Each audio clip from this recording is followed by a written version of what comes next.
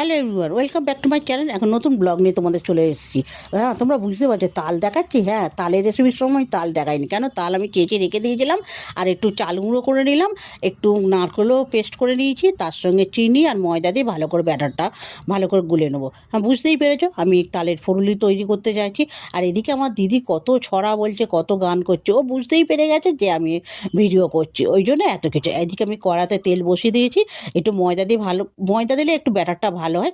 ভালো করে মেখে নিলাম। এবার ফুলুরি করবো, তো কড়াটা বসে দিয়ে ফুলুরিগুলো আমি আস্তে আস্তে ছেড়ে দিই। আর কে কোথা থেকে দেখছো অবশ্যই আমাকে লাইক, কমেন্ট আর শেয়ার করবে, আর অবশ্যই ফলো করো। তোমাদের ভালোবাসা ছাড়া আমি কিছুই নয়। এই দেখো কথা বলতে বলতে সমস্ত ফুলুরিগুলো লাল লাল হয়ে গেছে।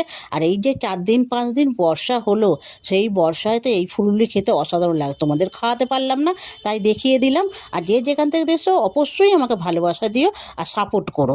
আর টাটা, বাই বাই।